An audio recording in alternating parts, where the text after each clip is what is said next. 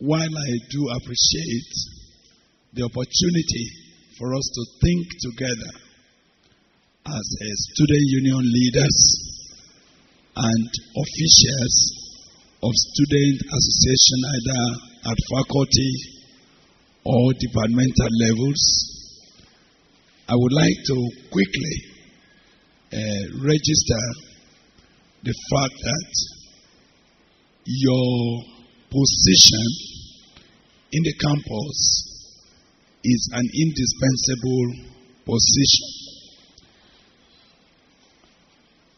We feel that your input, your contribution into the organization of the campus life, and even some of the issues that you press for in order to seek both the welfare of students and of your organizations, they are a very, very invaluable contribution onto the progress of the entire process of the university.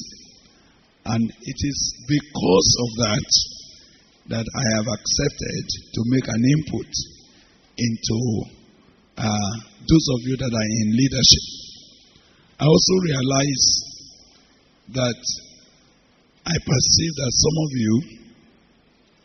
you are simply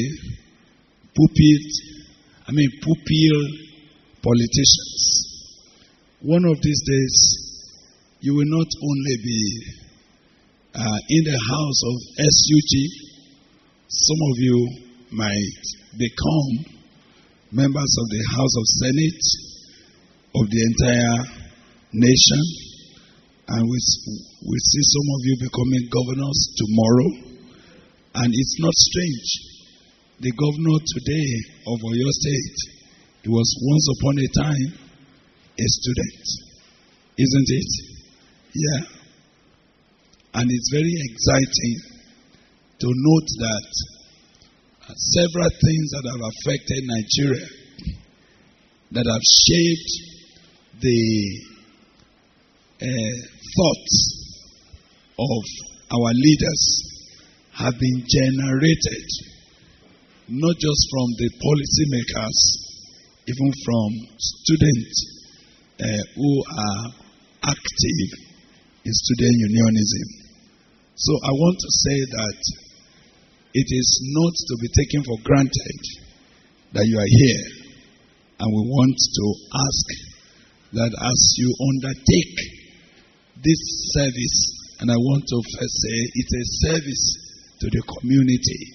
We pray that God will guide each one of you and help you to succeed with those things that you have ordained or elected to do. Now I'm going to bring an input before I open our interaction. I'm going to bring an input from some biblical perspective as regards leadership. The first thing I'd like to establish this afternoon, and if you permit me, I will do that very quickly. The Bible recognizes leaders, and that's the first thing I want to say. That leadership is not rebellion. Unionism is not rebellion. Association of thinking human beings in order to press for issues and to raise awareness of what goes on among the led is not rebellion. Actually, it is allowed and it is recognized even by God. And Romans chapter 13, look at how he puts it. I'll read that very quickly. If you don't have your Bible, don't worry. I'll just make this presentation before we discuss. He said, let every soul be subject unto the higher powers. For there is no power but of God. The powers that be are ordained of God. Whosoever therefore resists the power, resists the ordinance of God, and they that resist shall receive to themselves damnation. For rulers are not a terror unto good. They are not a terror to good works, but to the evil. Without them not be afraid of the power, do that which is good, and thou shalt have praise of the same. For he is the minister of God to you for good. But if thou do that which is evil, be afraid, for he beareth not the sword in vain. For he is the minister of God, a revenger to execute wrath upon him that doeth evil. Now each time I came to the word of God and it says, a leader is a minister of God. That looks too big to me. That is to say, why I stand here as a minister of the word of God, God also says, you, where you are sitting there, as a student union leader or representative, or as a leader of your association, leading a particular community of people with some stated objectives and interests, God is saying, you also, you are what? A minister of God. And that you stand in there as God's own delegated authority in order to bring about orderliness, to bring about purposefulness, to bring about objectivity in the management of human beings and of the issues that have to do with different associations that are there together. So first and foremost, I want you to know, and I don't know whether I could make it more clearer to you, that God does not look at you as a discordant man or woman. He looks at you as his minister. He looks at you as one who represents him and who is doing a service on his behalf among men. Now, the implication of that, and I would like to put two implications to that. If a student union leader is a minister of God, it means he carries the backing of God behind him. It means what he does it as one who represents God among his colleagues. And at the same time, if anybody were to resist him or to stand against him, you will be standing against the authority he represents, the authority of God. That's the first implication. And that's why we couldn't come into the university and talk to different segments and leave these ministers out. It will never be right. We could not behave as if God had not put you here. You are here. But then the second implication is that because you are a minister of God, you are directly responsible to God for your action.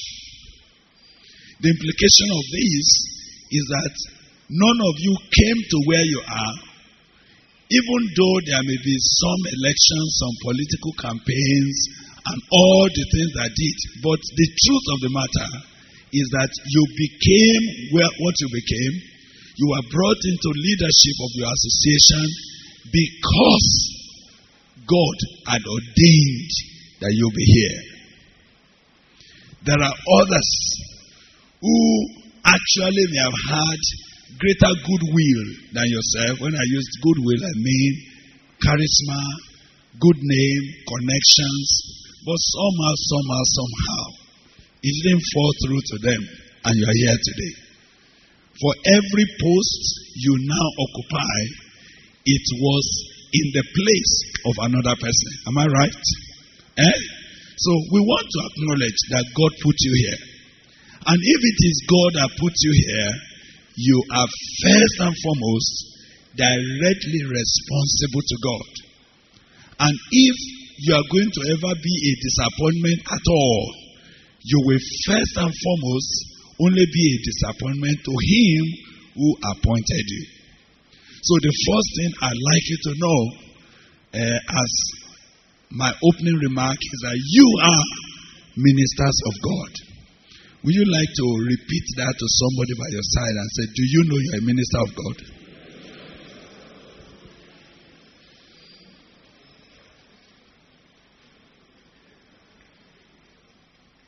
And because of this very, very grave position that God has allowed you to occupy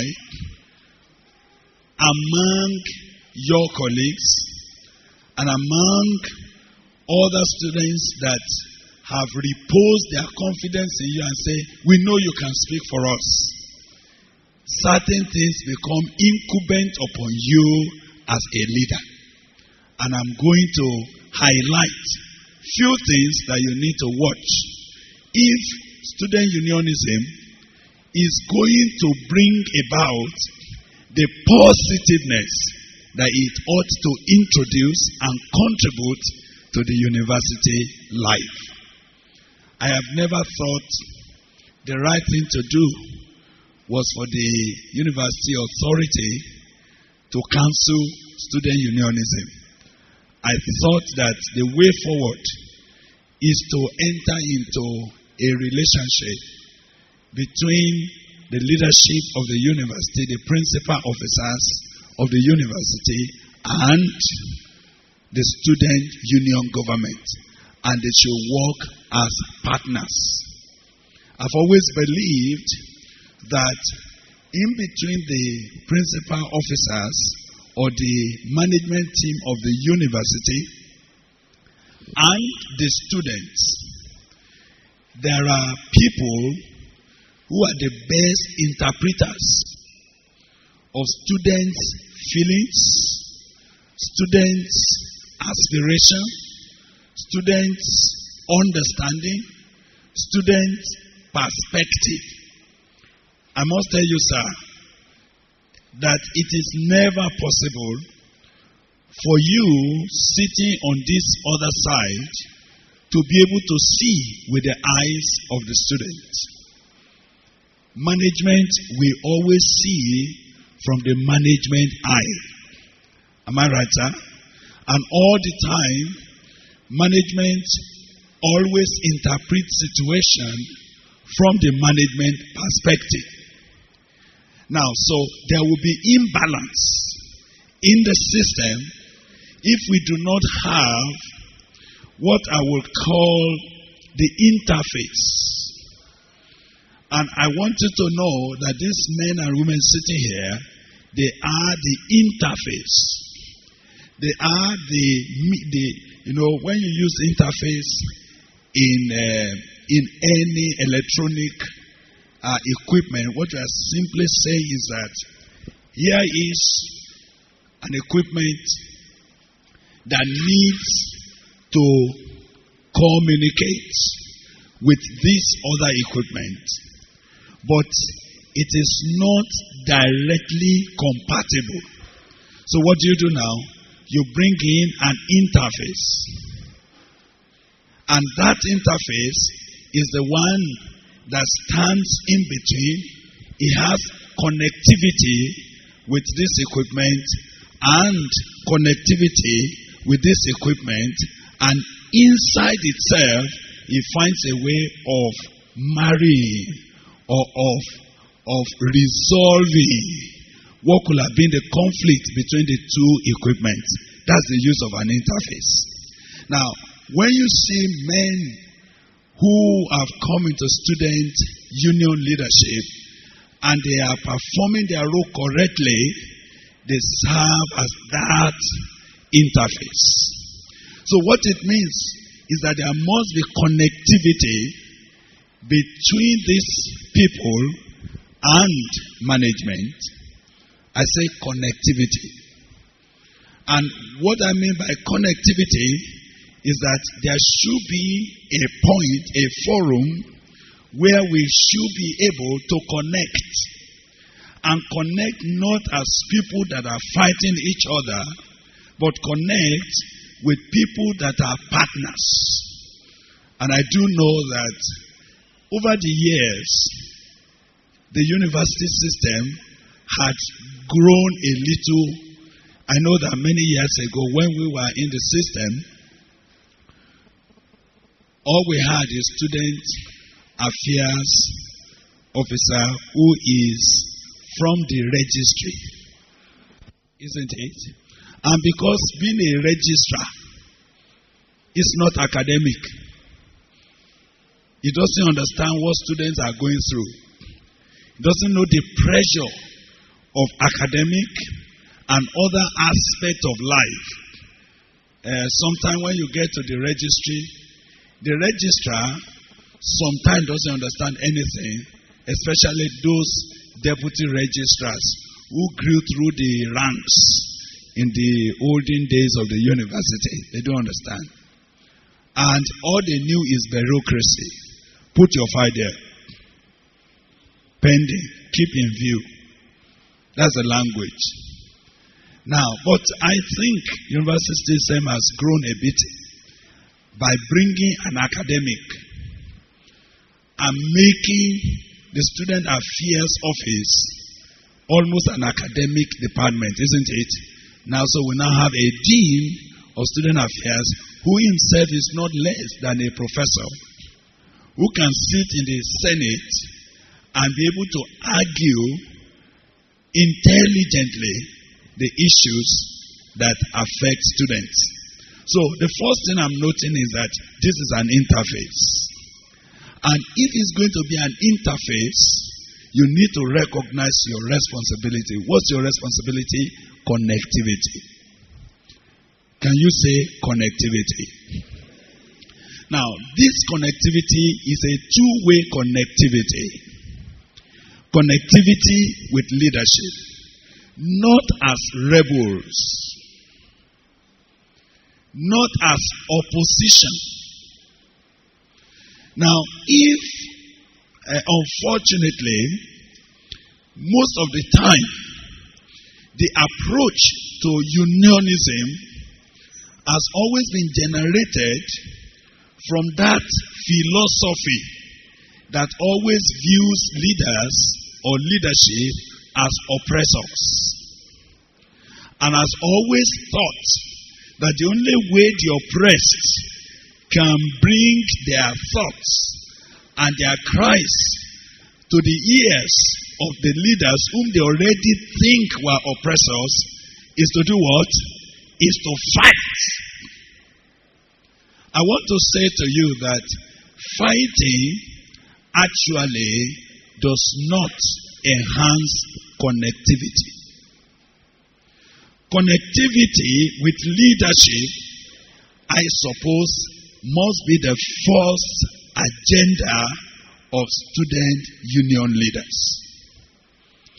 If student union leaders will not begin to think objectively and deliberately as to establish connectivity, what happens is that even the people that you represent, they will never get the best. Now, but connectivity with leaders, I will be talking about how can we build that connectivity, because it will be very critical in the operation that we are looking forward to. But then, that connectivity must also, on the other side, there must be connectivity with those that you represent. Am I right? Now, there is no way the student body the association that you represent can get across in their thoughts, their pulses, and their aspirations, or the fire inside their hearts. There's no way it gets across unless it passes through this interface. So again, a situation where student unionism is aloof, is not connected, even with the students that you are leading. In which case, the ideas, the thoughts, the desires of I will use a statistical terminology, because sometimes a good leader must be a leader who operates within the median class. The median class, MEDIAN, the median class. Now, what is the median class? The median class is that class that carries the highest frequency of thoughts. So if we take 50 students, for example, and 35 of them are repeatedly concurring on a particular matter, and 5 of the 50 are standing on an idea, and the other 10, they are in the lower side. A good leader is not correct, is not yet a good leader who only represents the 5%. Is not in the median class. Are we together now? So, connectivity. For you to operate in the median class, that is, for you to be able to carry the popular feel of the association or the group you represent, you must be connected with the majority of them.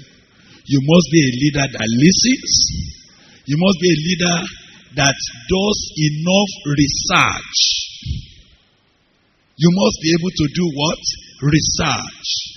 To know what exactly are the issues that I'm supposed to connect with in order to connect on this other side. Now, because you are going to be an interface between the management and the student population,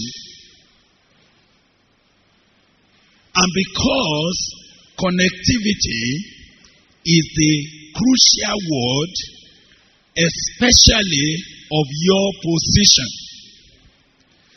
we will need to invest. I want to invest a bit of my time this afternoon dealing with how do we grow connectivity? How do we enhance connectivity? Is there a wisdom in building connectivity? Connectivity on the two sides. Connectivity with students, connectivity with leadership. Are we together? And if we can invest a bit of time this afternoon dealing with that kind of issue, I will be happy to commit it to God, because I know when you begin to be properly connected, both with the students, the popular feeling of the students, and you are connected with the management, great things will happen in the university. Many wastes will be avoided. Many unnecessary troubles and riots we will never know about it on this campus again by the grace of God. Do you think I should go ahead and make an input on the issue of connectivity? All right. Some years ago we were on campus and there was that very, very, very popular student unrest in the 70s.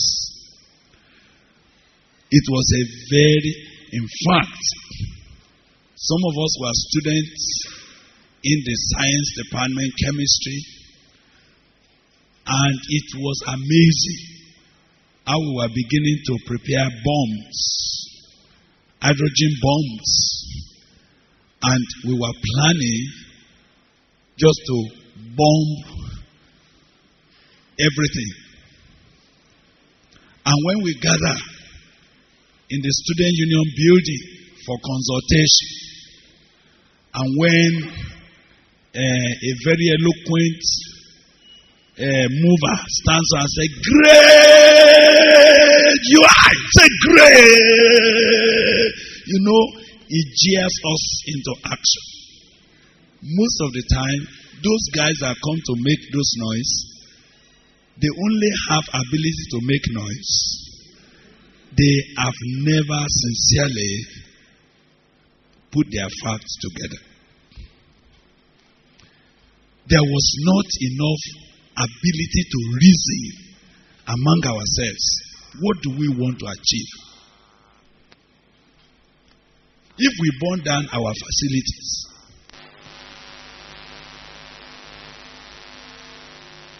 who will build it?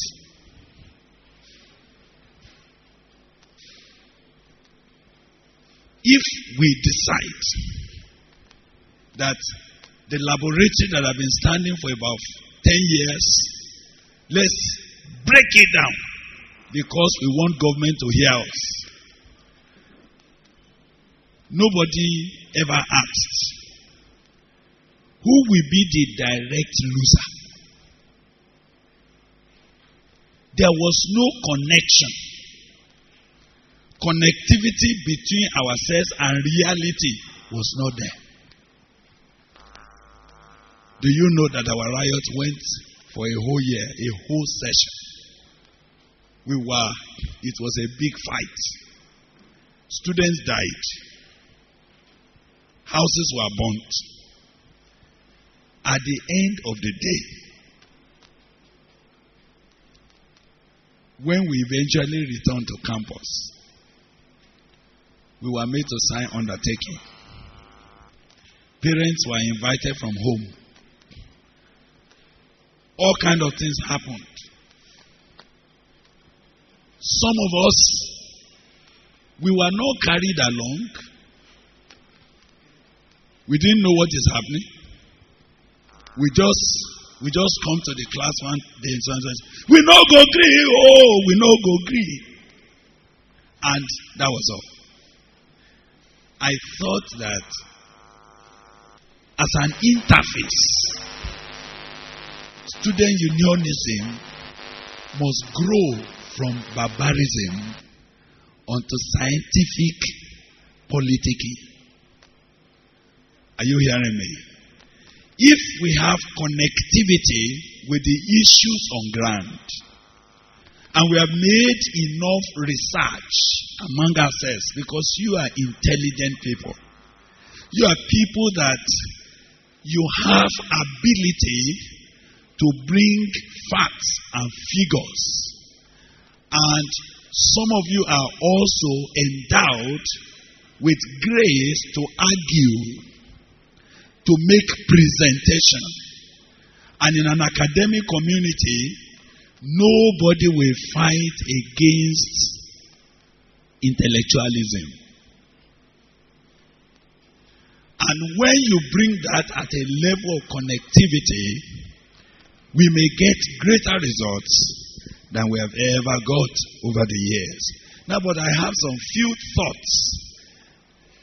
The first side of connectivity with the led, the people you are leading. I think that's the first place. And there are few words that will be guiding me as I share with you. What I found is that whether you're a politician, or you're a scientist, or you're a teacher, or you're a preacher, I have found the Bible very versatile. I have found that the Word of God, honestly speaking, if you give attention to it, our world will be correct. I'm not being religious.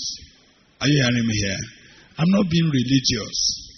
I'm not just shouting at you and saying, yes! No.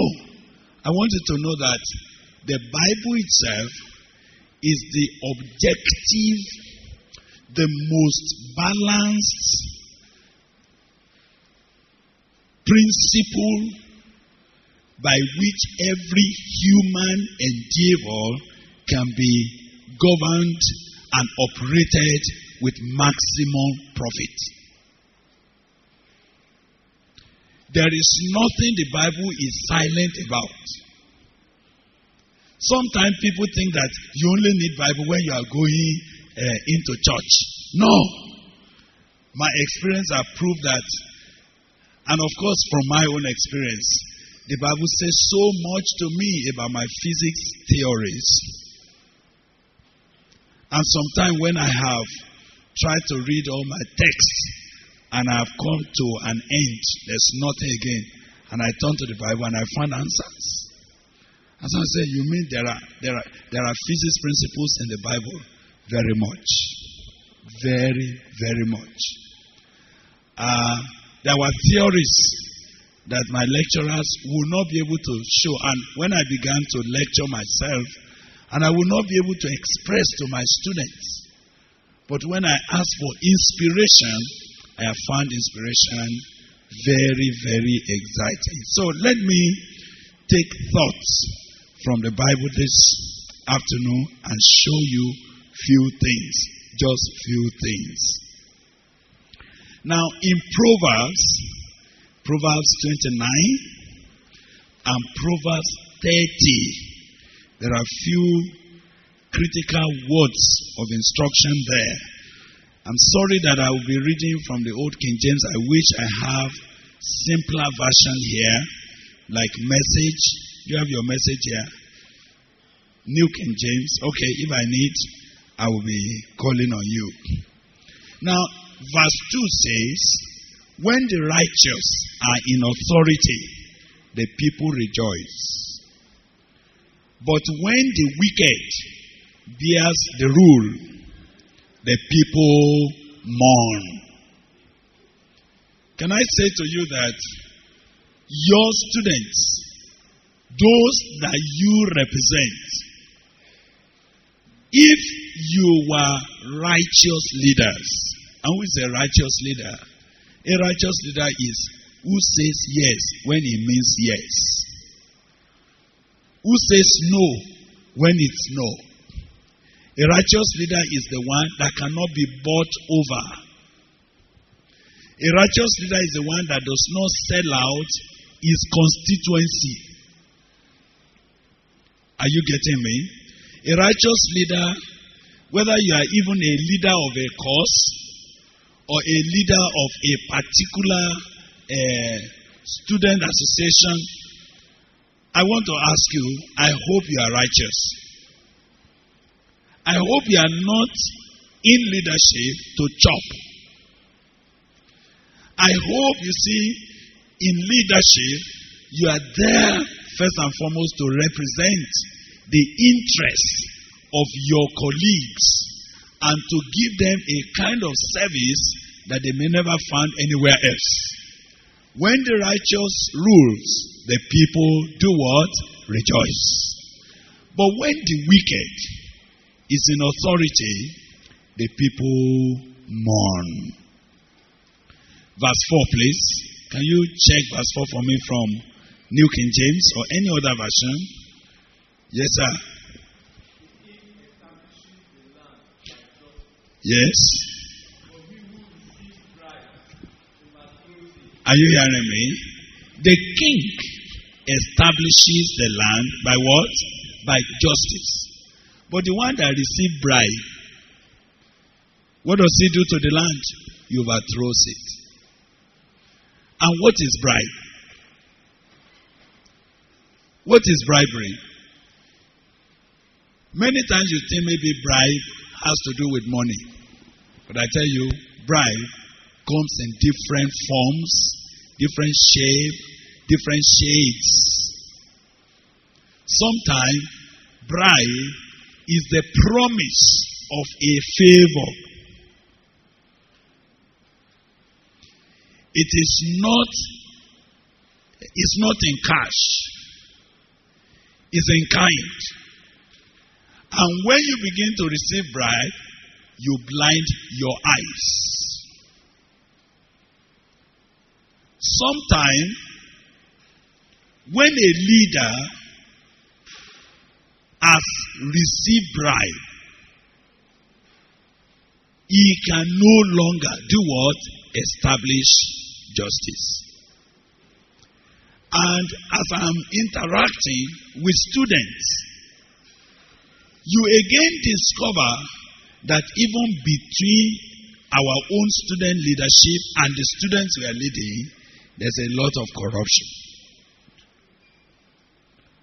Can I ask you that for you to really be able to serve that interface that I'm talking about, something must be done at your decision.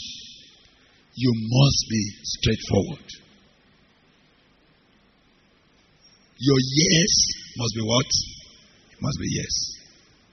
Your no must be what? Your no. Now, you may not know the value of that. The value of that is that as you go on, people begin to take you as a man or as a woman of integrity. Not one who came only to settle himself and to go away.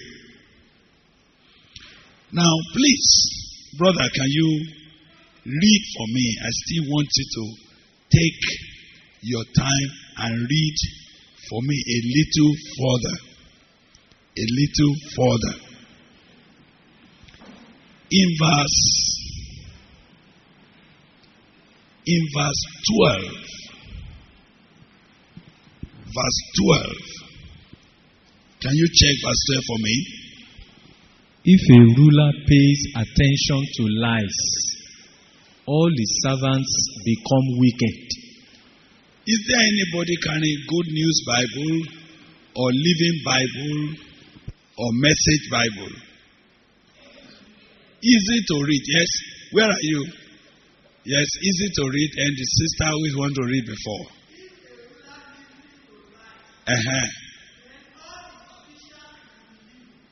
All his officials, they will be evil. Who else has another version for me there?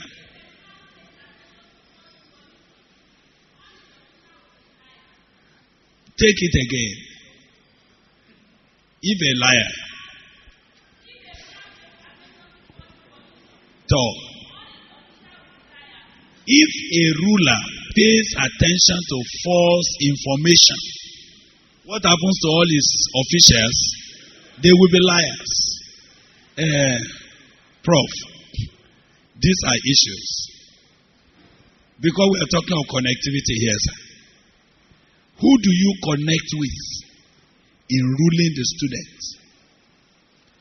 Do you connect with those who come to give you false information? Liars. People who come and tell rumors of what is not true. And you base your decision on such things. What will happen? There will be wickedness everywhere. And young men, from where do you take your own information?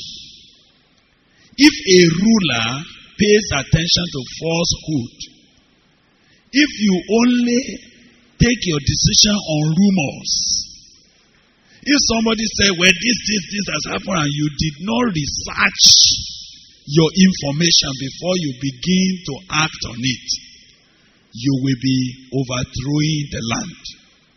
So, we are noting, and you know one of the things that have ruined Nigeria, and I'm hoping that you are a new crop of leaders for Nigeria. I'm hoping that by the grace of God, by the time you grow up And leadership is being put in your hand. Leadership of state assemblies, leadership of community, leadership of universities, leadership of departments. Or don't you hope to become leaders in some of these places? Talk to me. Are you not looking forward to become leaders? All right. Now, let me say to you, when leaders base their decision on falsehood or their officials, they become what? Liars. Evildoers. One of the things that I've found that has affected many of our systems in the country is that our leaders, they operate from falsehood. Do you know sometime a road had been given out as a contract, and in the government office it has been executed? What the road is executed, but they have not even moved equipment to site.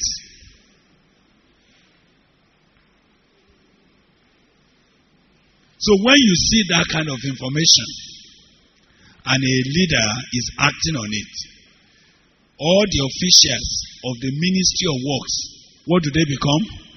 Because they have to be settled. So people are signed. You know, sometimes even NUC,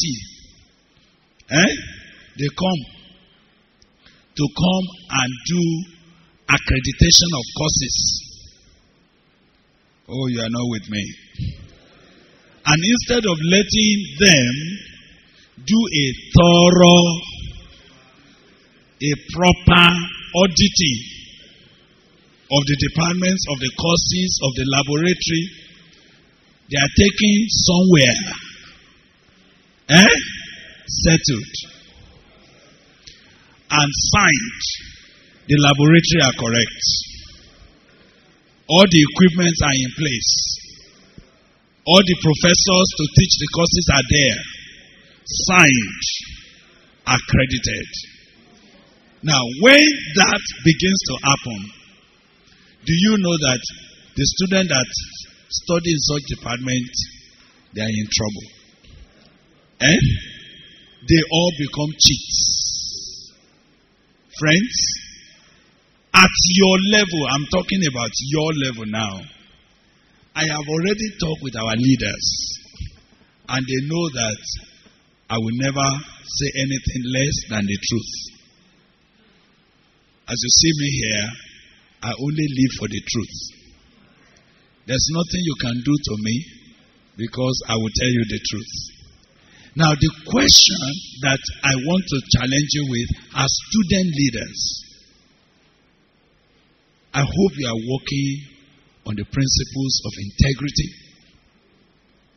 I hope that even within your own rank and files, you are not basing your decisions on rumors. I hope before you stand up and say, let's call a boycott, you are not acting on rumors.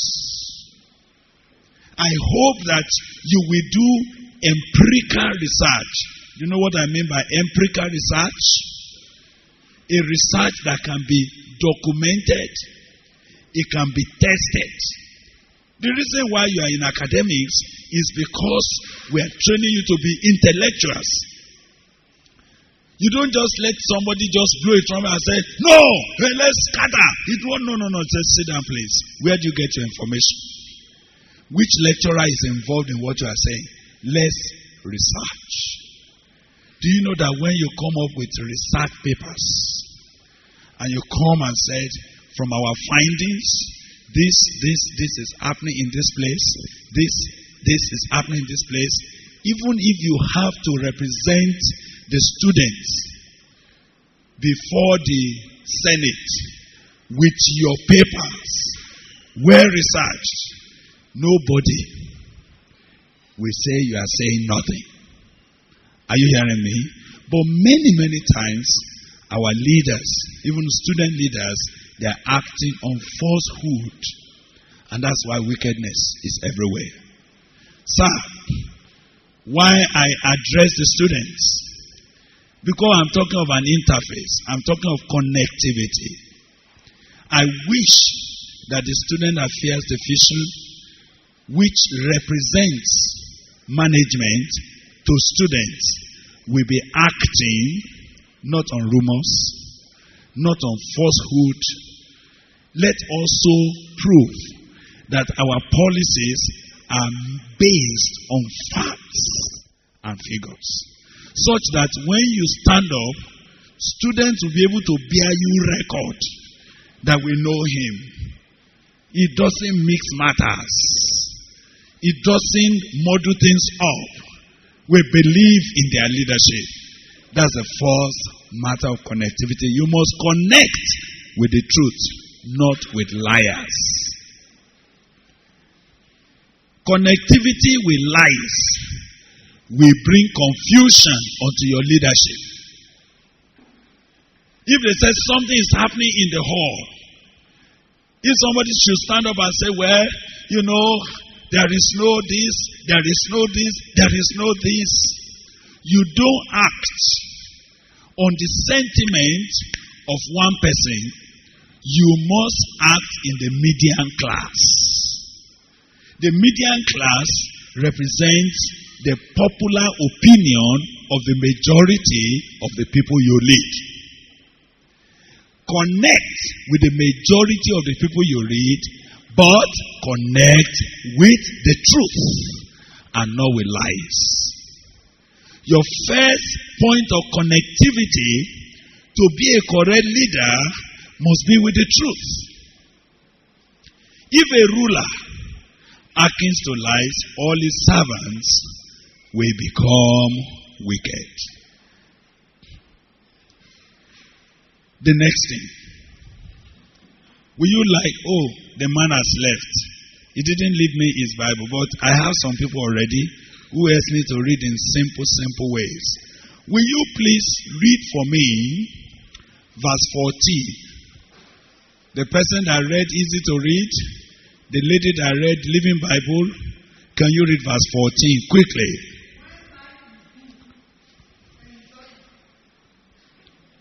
You are not reading 29:14, sir. 14.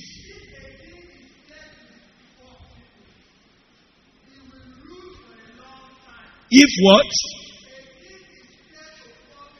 If a king, a leader, is fair to the poor. Any other version, please? If a king defends the rights of the poor, if a king speaks for the voiceless, he will rule forever. That's the next point of connectivity I want to ask you to connect with. Connect with the underprivileged.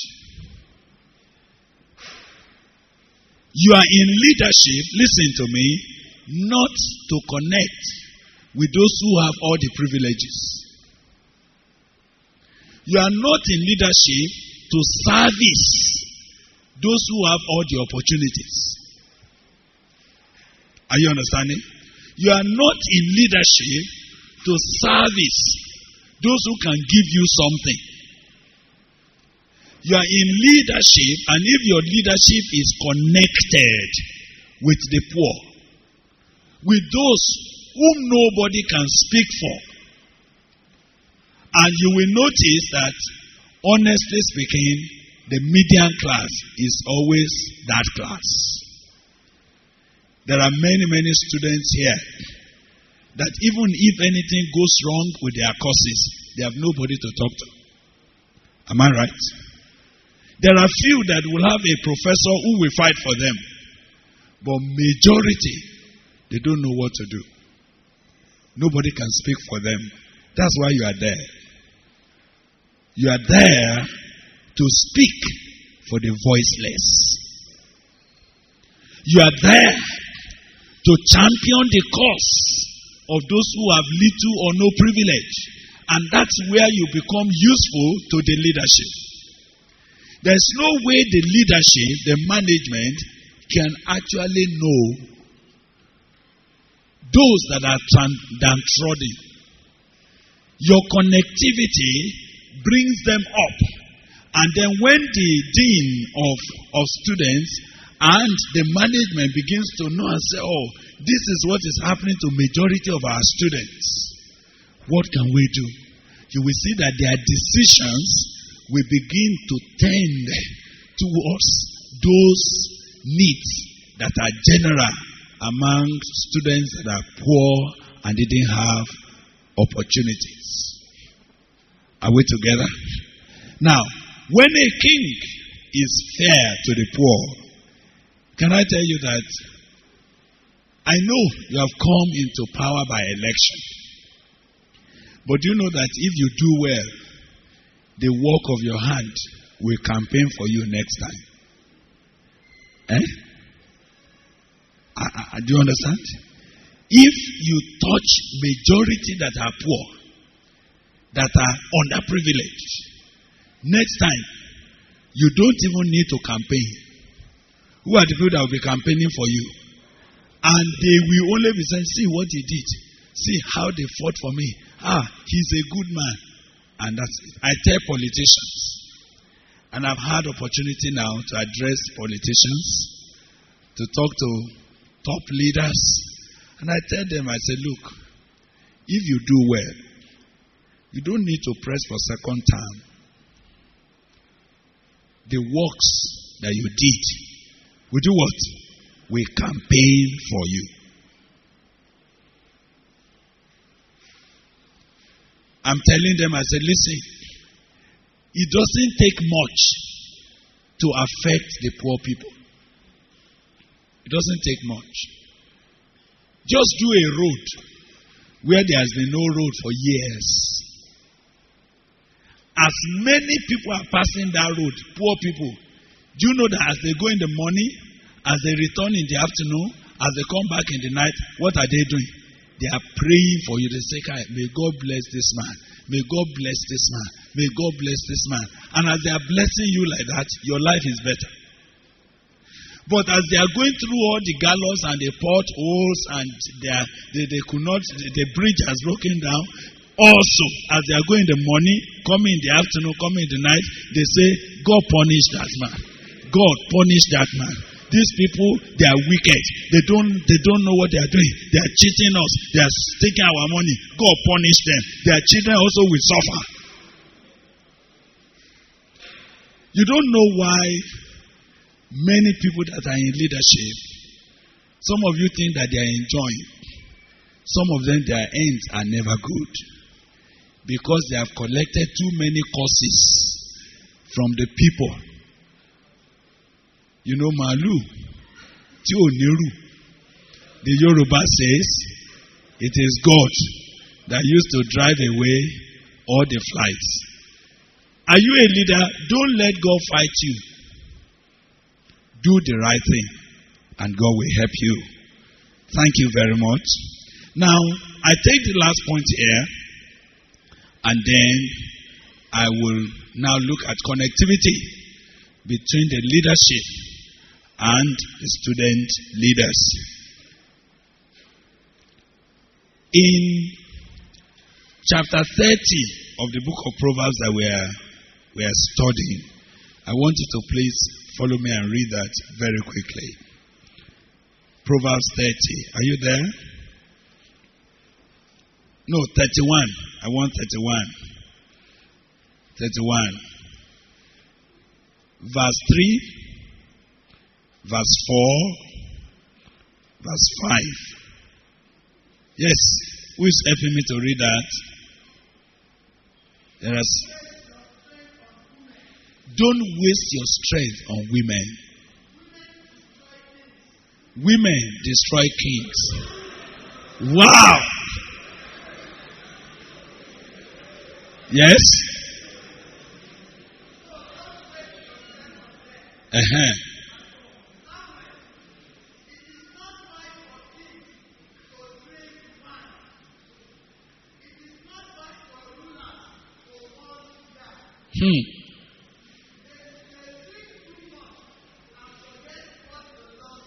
So, let's stop there. Thank you. Student leaders. I'm not hearing you now. Student leaders. Aha. I want you to hear the counsel. It's a very important counsel. Documents that the university was to be run with. That nobody ought to know. They are classified documents. Several of our top leaders, where they are drinking pepper soup with some girls, what do? They release. Sometimes very, very highly classified documents that even the Senate is yet to discuss and ratify. You will hear it from the mouth of some careless girls. Why? Rulers, they give their strength to strange women. You are a young person, and I want to tell you, it is not your advantage to be loose. Your journey is cut short when you are loose with girls. Don't let the eye of a girl conquer you. If you are a leader, don't let the gesture of a strange girl finish you. It means you are not strong.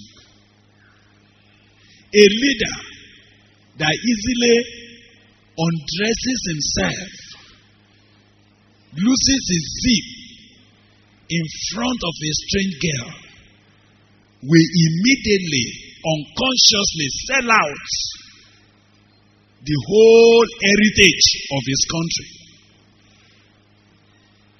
Do you know that there are so many things that nobody could get, but when a girl walks into the office and just walks up and down, the man loses his head. He says, so, what now? Now, you are coming into leadership, and we are believing that God will use you to affect this generation. Abi, don't give your strength to women. You know, as I'm speaking to you, I'm dealing with interface. Am I dealing with interface? Aha. I'm also speaking to our leaders. I'm saying to our leaders, don't give your strength to women. Let it not be that when they talk of exam leakages, exam malpractices, and it's majorly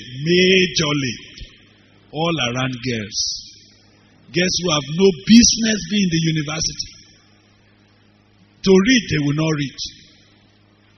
Then they go and say, well, what can you do for me? And the big man is saying, so what do you want me to do for you? We are saying that Lautech is established for excellence. Am I right? Established for integrity. Can student union leaders, can you cooperate with the management team to make this university great? No one else could help us fight corruption and exam malpractice apart from you. I don't think lecturers have all the capacity to do it. I believe that if we have objective unionism, who themselves have values that they want to defend, and they want to be proud of the degree they go out from this university with, I believe that part of what student unionism and all the associations should be doing is to join hands to connect with leadership for excellence. And it will not be difficult to even bring any lecturer who is not doing his work properly to bring him to book. Can I ask you, don't give your strength to women. Can you tell somebody by your side? Don't give your strength to women. You see, You are too young to be wasted. Excuse me, friends. I want to hear about you in 10 years' time. I want to hear that you are doing well. But if you contract HIV now, what it means that in 5 years' time, you'll be no more.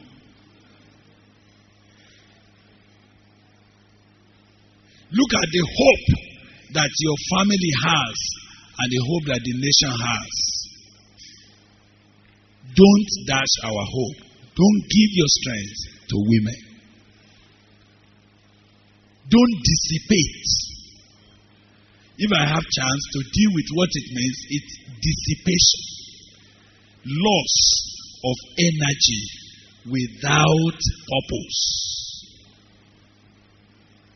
God will help you. Now, the second thing is that you should not give yourself to as a leader. Don't give yourself to drink. Say it is not good for leaders to drink beer because they lose their sense of judgment. They take decisions without thinking.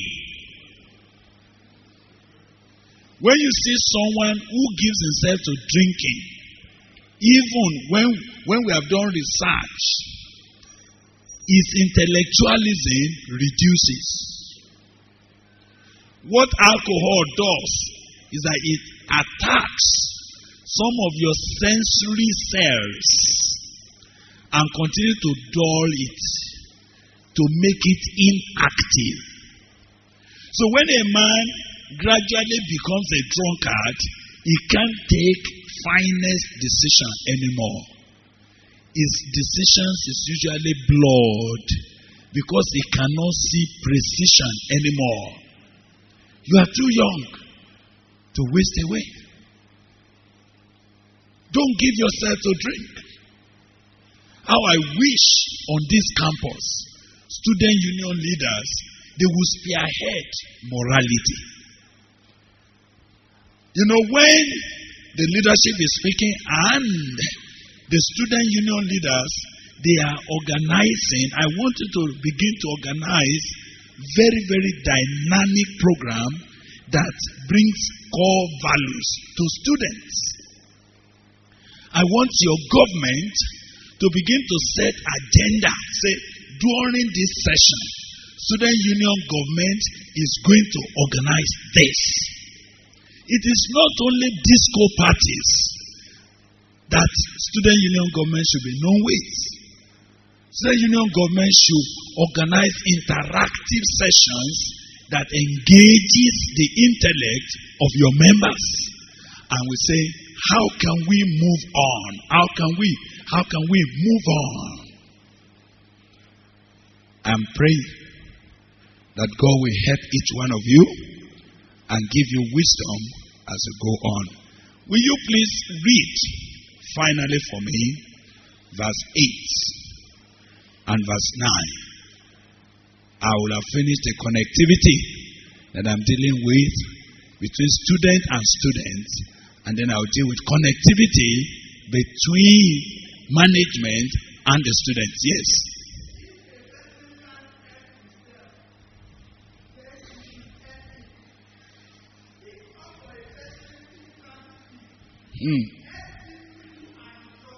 Do you see that? That's your reason for being leadership. Speak for those who cannot speak. That's the reason for student unionism. Student associations, they were meant for this purpose. To be able to provide platform for those who cannot speak. Don't speak for your selfish interests. You have been elected into your office that you might be a representative of the feelings, of the thoughts. So you need to be connected with your constituency. Connectivity. Don't be aloof in leadership. Don't be taking decisions without clear research among your students. Ask them, send questionnaires out. You will be surprised what students are thinking about, and then you will be standing to connect. Sir, before I come to sit down, sir, I know that the pulse of the leadership of this university is for excellence. I know that the university is completely tired of disrupted academic sessions. And I'm aware that the management is longing to see a university built per excellence. It's very interesting that our former HOD is here, and during his tenure, the Department of Urban, and Regional Planning, became one of the best departments in the whole of Nigeria. And I have been told, that some of the students that graduated from LAUTECH were the best computer engineers and scientists. And right in the US, they are making waves. Now that's the name you want to keep building, isn't it? We want to place the name of LAUTECH at the height. We don't want it to come down. Sir, for that to happen, you need to see this body as partners in progress. I want to suggest that regularly, connectivity with students, student leaders, we must not wait until there is an agitation. There must be a time together when you are sitting and they are discussing. They must become your friends because they are your ears. They are your eyes.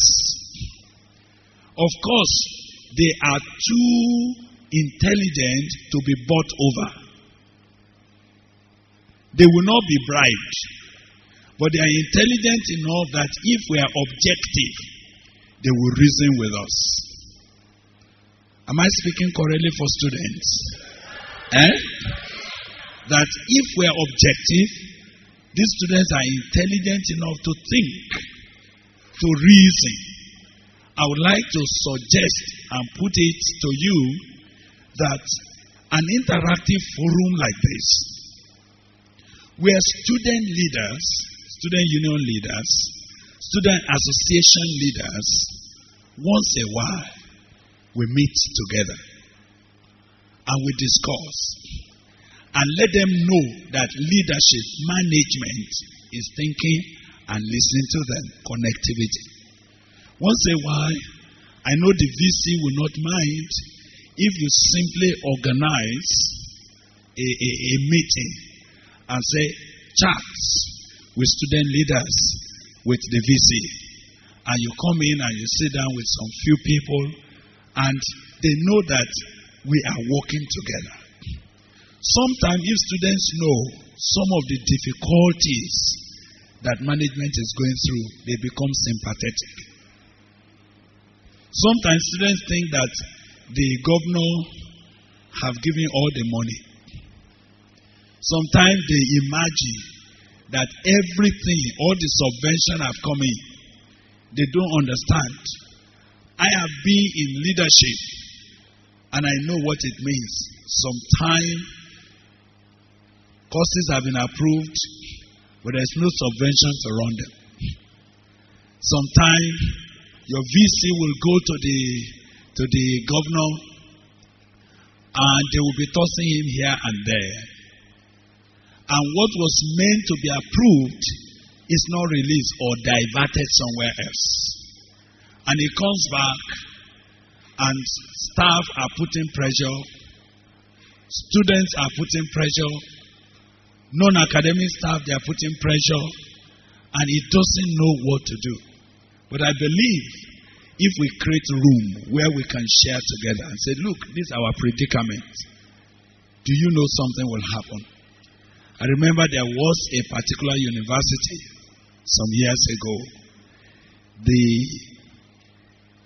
The non-academic staff, they went on strike. So there were no cooks to run the cafeteria. In those days we used to run cafeteria. There was nothing. And the schools was going to go in mess. You know what the VC did? He simply called student leaders and said, this is our situation. Should we close down or can we run? Oh, students, they said, we can run. We will take turn in the kitchen. Particularly the Christian Union of the university, they went into the kitchen and they handled the whole place. They were washing the toilets. And for 2 weeks, the university was running. Nobody begged those staff to come back because they were going to lose their job. Students can be reasonable if we carry them along. And I want to suggest connectivity is the will of God for us. A community like this must commune. There must be good communication. And there must be fair play.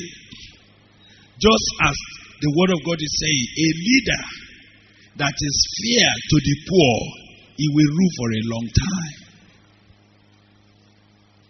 May God grant you all the wisdom, sir. And may the grace of God be sufficient for you. Now, students, I would like to stop here. And I would like to leave you with one challenge. Do you know that you are living your life? You are passing through LAUTECH. Whatever you make of LAUTECH will be on record. During your tenure, what do you want to be remembered for? What do you want us to remember you for? During this time that you have been given opportunity to contribute to the totality of the student life, what will you be known for? Will it be that during your tenure, courtesan overran the campus because you yourself, you are not straightforward? Or will it be that you join hands together with the leadership? They are not oppressors. They are your partners in progress.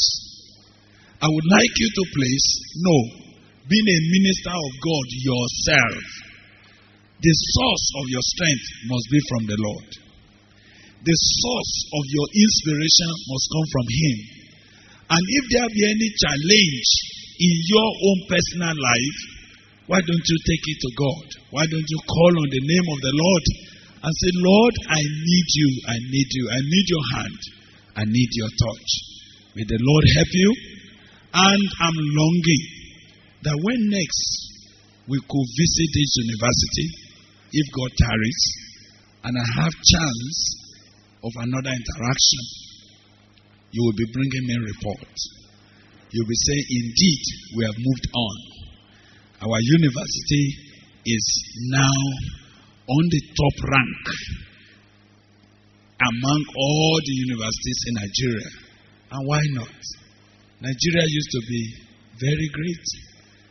It pains me the other day that I went to Ghana, and in the University of Ghana, so many Nigerian students, they are queuing, they are just struggling, and they can just treat them anyhow. But why are we going there? Why will Nigeria be now scrambling for positions in the university in Ghana? Why? Because of the evil that befell us. But I believe that this is a new generation. I have a great hope for Nigeria. That's why I keep speaking about this. We are going to see a Nigeria that is revived, restored, and brought back to dignity. May God bless you. May God use you, because you are leaders of tomorrow. You're already leaders now, but tomorrow is greater. I look forward to when you will be handling the affairs of Nigeria all together. And I pray that God will stand with you. Do well in your academics, please. Do well in your academics. God bless you. Thank you.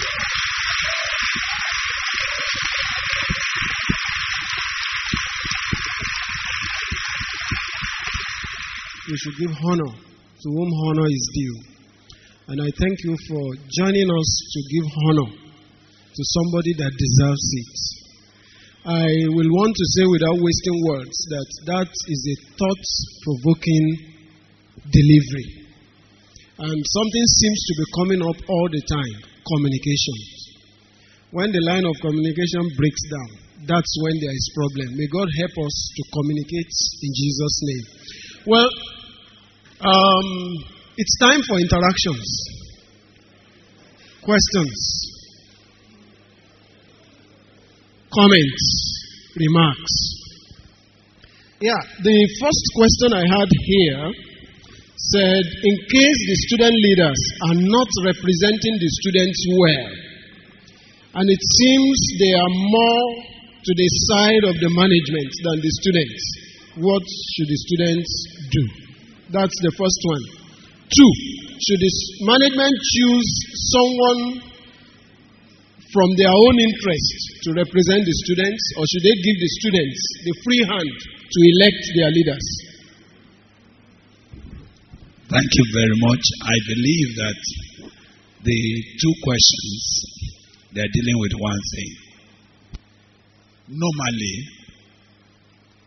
if the normal process of election came through, if it is not strangulated, we expect that the student that emerges as the leader is representing the median class that I was talking about, isn't it? And he has responsibility of connecting with the majority thoughts among the student populace. Now, that will be the normal thing. If that doesn't seem to be happening, I would simply request that students, because we always have a way of changing our government, isn't it? They should pass through the normal process. And when it happens, it's going to be healthy for the entire university. I would like to believe that while the leadership, the management, we want to work with student leadership that are objective. And if we have produced objective leaders who can sit down and reason and think together, when they come back to represent the thoughts of the management, it will not be seen, it must not be seen as if they have been bought over. I believe that we are producing leaders here who are not so cheap as to be bought over or intimidated. And we have leadership now that is not seeking to intimidate students. They are willing to give students opportunity to express themselves. So I wish that as we keep working, relating like this, we will come to an equilibrium. When we come to an equilibrium, you will notice that the thoughts flow so freely. Connectivity becomes very easy. Thank you. Sir, you focus so much on students, but I would like to ask, how can a Christian thrive in the present-day bastardized politics practiced outside the campus? Right, thank you very much. I have a focus on students because the first issue on our hand is that if you succeed here, you will be preparing yourself with wisdom to succeed out there. Now, the challenge of a Christian standing in politics, even though it's bastardized, is the challenge of being the salt. I hope you know that salt is never afraid of corruption. Carry salt and throw it into any decay. it is not the salt that bows. All the microbial organisms, they are the ones that you see them shrinking as their medium of action is attacked by that dehydrating agent that we call salt. So, one of the things is that before you get into politics outside, you must have salt in yourself. You must recognize that you are going in there to make a difference. And if you know you will not be able to stand in there, instead of losing out, why don't you wait until you strengthen yourself? That would be my counsel to that student. Thank you very much, sir. Sir, this is the next question. What advice do you have for a student who wants to combine academics with politics in the school? I must advise that the first thing that made you a student is your academics. I believe that your constituency for elective office in student politics is that you are a matriculated student. Abi? Aha. Now, when you lose that, you already lose the basis of being in the university. So, first thing come first. I wish that as you want to combine politics, don't forget that you didn't come to the campus to do politics. You came to study. And I want you to know that you lose your integrity if you are a dropout. We need students that are brilliant, that are able to command the respect of the intelligence of their classmates and classmates, and yet in leadership. I want to tell you that it is combinable. When we were on campus, one of our student leaders was a medical student. He was the deputy vice president of the student union. And it was, by the time Fashakin was coming out,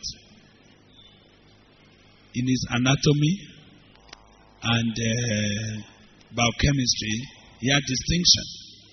So when he stands up on the student union podium and is addressing us, he talks as an intellectual. And you can't push him back because on this side, on that side, is not a dropout. So I want to suggest, please take care of your academics because that is what gives you constituency to be in the university. And do your political work not as a distraction. Don't run into meetings that are endless. SUG president, as the leader of the entire thought, if you set the agenda and you are very objective, I've already spoken about doing enough research. Give enough materials for students to have. By the time they have thoughts, they will be discussing issues rather than sentiments, and that will save time. Thank you. Thanks a lot, sir. The next question I want to take, and I think it's very important, that's why I'm selecting it next, for us to hear from the elders. If there is a problem between the student union government and the management of the school, and all attempts to resolve comes to a logjam, is it a right approach for students to embark on protest? For you, sir. Thank you very much. I would like to note that there must always be a way of expressing, of communication. Protests could have been one means of communicating our thoughts. But there are so many side effects that even students that wanted to protest maybe peacefully cannot control. And this is where I would like to say that the student union government, when they come to that kind of situation, if they withdraw a little and seek particular wisdom on how to represent their case, rather than going on uncontrollable protests. But if there must be protests, there's a way we can do so. We could write, we could send delegates, and I'm sure that when the university leadership begins to recognize that we have a student body that is active and they are looking for a way forward, not for destruction, they will definitely give you attention. Thanks a lot, sir. So finally, sir, if a leader who is willing to sacrificially fight for the interest of the students discovers that he's doing that at his own expense, what should he do? You mean at the expense of his academics? The question is not explicit, sir, and I don't want to speak for the person. All right. No more questions, please. Let me say that usually a sacrificial leader, many times, you pay something. And part of what you pay to be a leader sometimes could be costly. I will only advise that such a leader should apply wisdom. While you are doing this, don't lose your constituency. That is, don't miss out on your academics. That's the first thing. The second thing is that while you are serving sacrificially and doing your best, I have emphasized connectivity. If people are knowing the steps you are taking, and I want to again say to our president, please don't keep the student in the dark. Let there be something like a bulletin that comes from your office that informs students what are going on, what are the things going on. In that case, you find that people that are restive, that are saying, no, they are not representing us well, no, they are not doing this, they will understand that, oh, something is going on. And as you do it objectively, it will give you rest. So I'd like to say that such a leader should please seek to maintain a balance. Don't lose your constituency, because when you lose it, you can't even serve the student again. Thank you. Thank you very much, sir, for taking time out to be with us.